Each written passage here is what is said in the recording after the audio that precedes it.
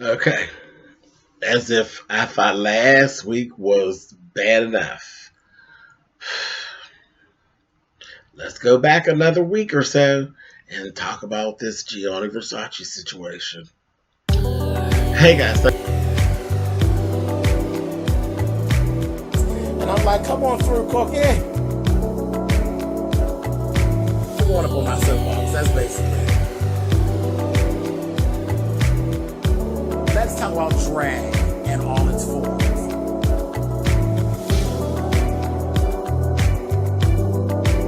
What, Cookie?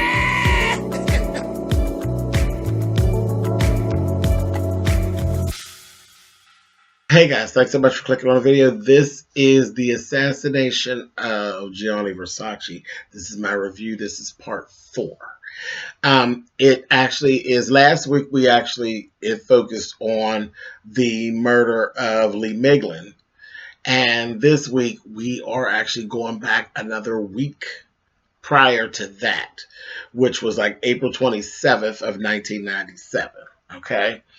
It was literally a week before Lee Miglin's murder. We actually ran into a little guy named David. Cute little guy, beautiful blue eyes. Him, and we go and we see in this apartment, we see him and we see Andrew Cunanan, or in this apartment. And he's getting like this good news. And it's all, did you ever notice the pattern? It's always when someone has something good going for them is when Andrew steps in. Seems like when they're striving toward dreams, or when things may not be going just right for them, Andrew is good with them. But as soon as some shit takes off, he's like jealous. He's narcissistic and he's jealous. And then if you're doing well, or you're ahead of, you're doing things that he wants to do, then it's like you have to perish. It's sort of like his pattern. He's crazy as shit. Crazy as shit. But he's irritating. He's very, very irritating. I don't know how he schmoozed these people and perused these people, because he's very irritating. He's very irritating. Him and all of his lies and all of his deceit and deception, and just something about him, he just does not sit well with me at all. Not at all. He doesn't. But anyway, so like I said, we met David, and him and David are friends. And then I'm going to take it that they were more than friends. It seems like they were actually lovers. Okay? So I don't know exactly how long he had actually been there, because we found out later on that they actually met originally in San Francisco, and it was one of those situations where Andrew had wooed him and made him believe he had all this money, and they stayed at this hotel and this, that, and the other. And then he just ended up showing up in their side of town. But we're not sure as to how long he had actually been staying with them. But the dog was real comfortable with Andrew, and he was comfortable with the way they were living, like they were living together. Okay, so let's talk about, there's another person. His name was Jeff. Jeff was basically a very good friend of Andrew's. And I'm thinking that Jeff, because Jeff was an aspiring architect, and he had actually since had pretty much done well for himself. So he's pretty well off. And I think that Jeff is the link between David and Andrew. I think maybe he met Andrew through him, but he ends up being more around with this David because he was in love with David. Okay? So he's in love with David. Then we find out very shortly thereafter, because there's like this buzz at the door, and David was very happy. There's a buzz at the door.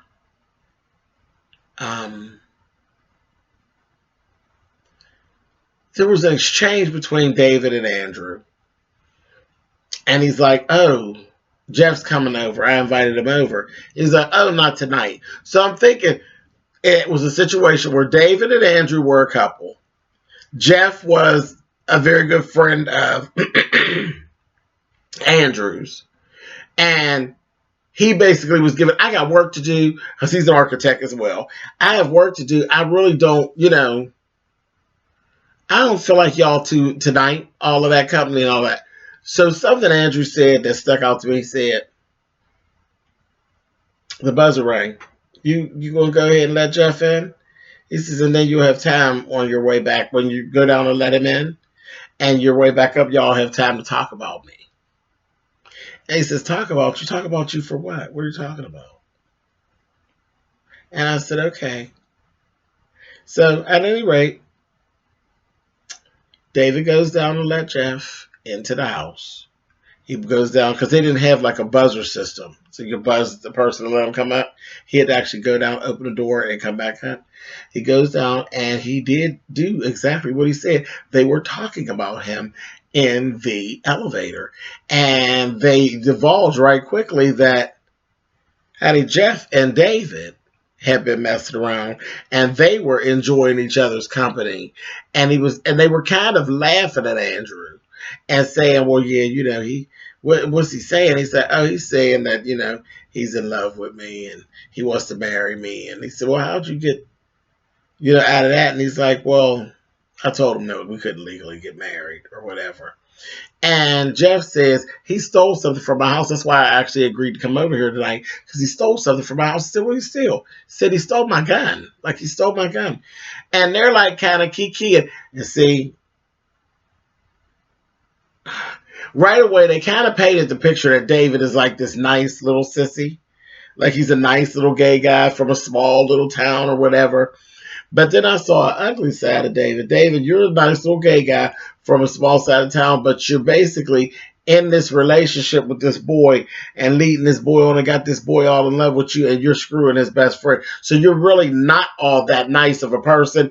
And that's not to say that Andrew should be killing you or anything like that. But baby, you added a lot to what kind of went on. And this is the thing that I said, bringing on my soapbox. I tell people this all the time. When it comes to matters of the heart, you better watch what the hell you're doing with people, because you don't know exactly who the hell you're dealing with. And let me get down off the soapbox right now. But boom, boom, boom, bam, and I'm back. I'm going to get down off of there, and I'm going to tell you, because you're going to see how this plays out. And it just so happened that it's Andrew Cunanan, and we can't stand him anyway. But this shit could have happened with anybody who was playing these games with the matters of the heart. They come in the door, baby, and shit didn't take any time to get started. They walk into the door.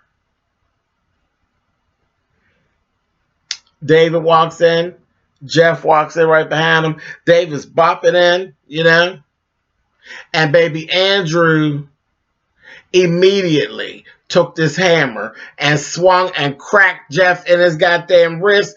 Pop! With that damn hammer and pushed the door shut.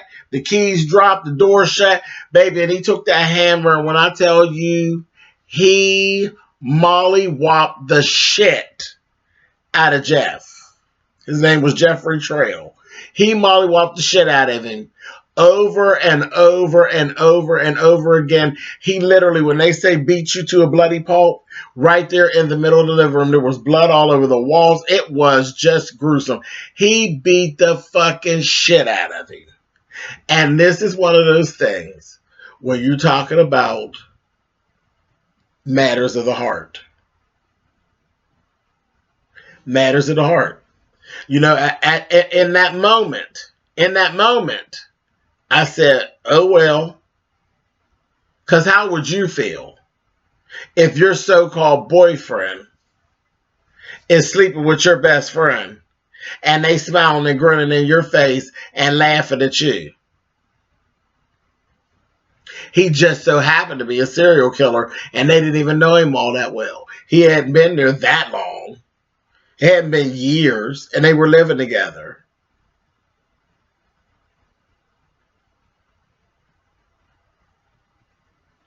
All of that little Dillons ended up getting Jeff knock after knock after motherfucking knock until he was a bloody pulp in the middle of the floor.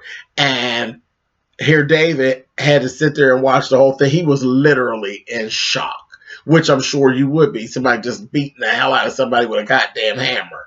I said, beat him down, beat him down. Come over there, baby, grabbed him up by his hand, took him, put him in the shower. He get put him in the shower together, washed them all up, act like everything was just fine. Come on, everything gonna be fine, baby, everything fine, because he crazy as hell. And all he wanted was to be with him. And I don't know how long he would have actually been okay, but he didn't end up okay. But he went on this whole episode. We went through this whole episode with him literally just dragging him around. He had this whole big plan. He was going to take him. They were going to go to Lee Miglin. He wasn't planning to kill Lee Miglin right then. He was going to Lee Miglin, get some money from Lee Miglin, take David, and they were going to make a run and go all the way to Mexico and start a whole new life together. That was his plan.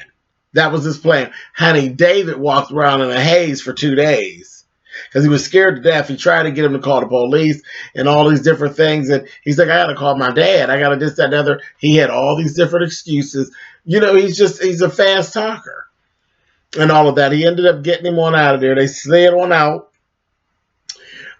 His boss from work, David's boss from work, and his landlady, the manager for the property, they came up and ended up she let the boss into the room. They found the body. And it took, the police work was just shit. It's been a shit show this whole time. They found the body wrapped in a carpet. And of course, at first they're thinking that it's actually David's body. And they kind of figured it out that it wasn't because there were pictures and stuff laying around. And the authorities found out. They were like, oh my God, we got to get out of here because that's not David in the rug. That is somebody else in the rug. And it's kind of looking like David is the murderer and he done left. Don't nobody know nothing about Andrew Cunanan. That's why I said Andrew hadn't been there all that long. Nobody was really familiar with him. Nobody was all that familiar with him. The boss had heard his name and she said, well, there's some guy named Andrew Cunanan or something like that. Not like he couldn't have been there very long. But anyway, but as soon as they figured that out, they said, well, we got to go. And they were like, well, this is a murder investigation. And the guy, I think he was like the chief of police, he's like, I'm not having my case thrown out of court because right now we're actually in here without a warrant. We don't have any legal behind us to be able to search the premises and all that. We'll come back with the right shit. But we got to get out of here right now. So they're just steadily losing time at this time. And all along, they have it in their mind that once they figured out that wasn't David wrapped up in the rug, they figured that David's the one that did it. Then Andrew Cunanan's name came and got involved. And again, they're losing time. They're losing time. And it's time that's very detrimental for David because David has actually been accosted. And here they're thinking that David's making a run because he done committed a murder. He ain't murdered nobody. He in the way of getting ready to get murdered. Anyway, then they actually started showing how as Andrew had David dragging him along with him and won't let him go, that he was kind of just replaying his whole life in his head. Like, kind of had this thing of knowing that he's probably going to die, and he's just like going. And it's crazy the casting that they did on young David versus the older David. They're both cute little boys with the blonde hair on top and these beautiful blue eyes. They really did look like people who could have actually been the exact same person at one age and then at another age. The casting was excellent, excellent. They went on and they talked about all this mess about this new life in Mexico and all that.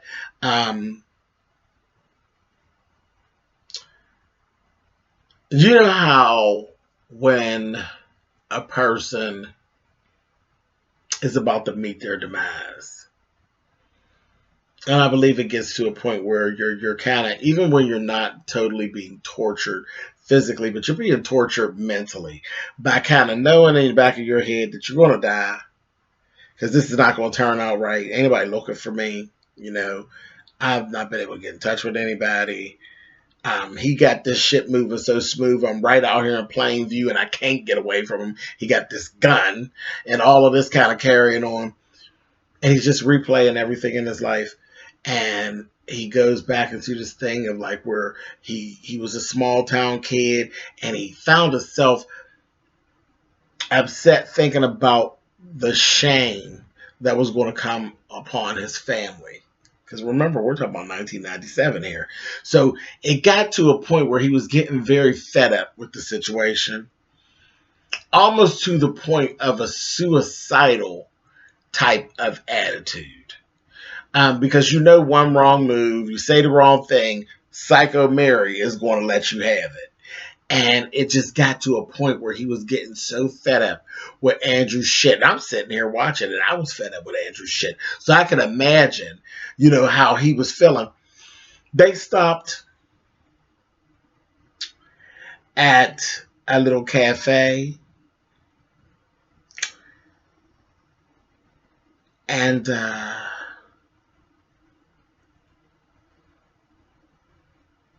right before that, let's go back some. Like I said, he starts going back over little things when he was a kid. He went back to parts of his life when he actually did come out to his dad. And his dad wasn't in approval, but he still told him, I love you and all of that, but don't start crying and shit, and no, I don't like it and all of this. He went through all that. Then the shame that it would fall upon because he had convinced him, they're going to think that you're part of the murder too. So this, that, and the other. So he was thinking about the shame that was going to fall upon the family. His dad owned a store. Are people going to want to shop with my dad? Oh, it's going to come out that I'm gay. All these things, the kind of things that literally drive young people to end all of it. He was going through all of this while being accosted by this fool and drug across, county lines and carried on. They stopped at this little hick bar, this little hick town bar. And he started that's why I said he was getting fed up, because he started like getting his movements, and the way he moved about was kind of like this, I don't give a shit. Like, I'm just sick of your shit. I don't give a shit. He just got up and he's like, well, where are you going? I'm going to the bathroom. And Andrew let him go to the bathroom. And I think that Andrew literally knew at that point that he was going to make a run for it. And it was so out in the open that I think he had his crazy, it kind of got the best of him. And he was listening to the song. And it was that, who's going to drive you home tonight? That song was playing in this bar. It was like this girl singing it in the bar, and he was up there tearing up. And I think it wasn't even about him escaping and him worried about the FBI catching up with him. I think he was really, because he really was in love with the kid, and I think he was like, damn, I didn't let him get me to a position where he's going to escape from me, and ain't nothing I can do about it. And I think he was really distraught about the fact that he was losing that hold and the boy was going to go. The boy actually went in the bathroom, took his sweater off, bust the window out, and he could have climbed himself out of that window. But again, he's thinking about that whole shame and all of that. Where am I going? I'm going back to my family. All this is going on. Shit's fucked up back where I'm from. I got to try to explain it. It's going to be shame on my family and all of that. And I think he went into that suicidal place and said, fuck it, and literally turned around and went back to the table. And I just sat here and I was like, are you kidding me? You literally could have gotten away. You could have gotten away from him, and again, the thought process, the craziness of it all, the fatigue of it all of the stress, being in shock, and it was deep. It was really, really deep. I said, okay, he went back to the table. They went on. They kept on moving. They went to a little cafe the next day, and I think he had gotten a little rest, and he got to the cafe, And then he really went into this thing of just don't give a shit. And baby, he went and he talked some shit to Andrew Cunanan at that table, baby. Told him, you just can't stop yourself, can you? You can't stop yourself from lying and making up shit. You're a liar. You're a liar. You're making up all these things. All this stuff you're talking about is all garbage. Baby, he told him, you better shut up. You better shut up. I said, oh, shit's getting tense. So they ended up going on after the confrontation. They're in the car. David tried to take the wheel and make them run off the road. At one point, he was just over it. He was just over it. So he ended up pulling off of the road. And then they had this whole confrontation. And then you were eye to eye with the beast. And then I think he rethought it and was like, oh, shit, now that I'm here, I don't think I really do want to die. He ends up, they go back and forth. He tries to talk to Andrew and try to soothe Andrew. And Andrew's like, I don't believe you. I don't believe you. You want to get away from me. This, that, thing, the other. He turned around. He tried to run. He shot him in the back. Then he went and stood over top of him and shot him down in his motherfucking eye. I was like, oh, you always got to be so goddamn gruesome, you son of a bitch. Then he laid down and take a nap with the body. Right outside the road. You know, they're out down by this little pond. And just laid there and took a nap with the body. And then woke up right at about dusk. You know, right before it started getting dark. Went and got on in the truck and continued on his way to Lee Miglin's house. I was like, oh, I am just sick of him. Do you hear me? By the time we got to the end of this episode, this just really put me in mind of the 90s. The 90s, the whole serial killer thing, and the real weird feeling that it always gives me when you think about, because, you know, that was in the 90s, we dealt a lot with serial killers in the 80s and in the 90s. And it just gives me a weird feeling. You know what I mean? And it's just like a eerie kind of, ain't nobody got time for that shit type of thing. You know, I get a very weird feeling in that subject of things. And I felt that through this whole episode. And I was just so over it. I was just spent by the time we were done with it. But yeah, Andrew Cunanan is really on my goddamn nerves. But again, so that's it. Jeffrey Trail, dead. And David, dead. And he's on his way to Lee Miglin. And all that happened 1 week before he got to Chicago and did Lee in. A mess. A complete mess. Anyway, can't wait for part 5 to see what's next. All right, I'll talk to you guys later. Bye.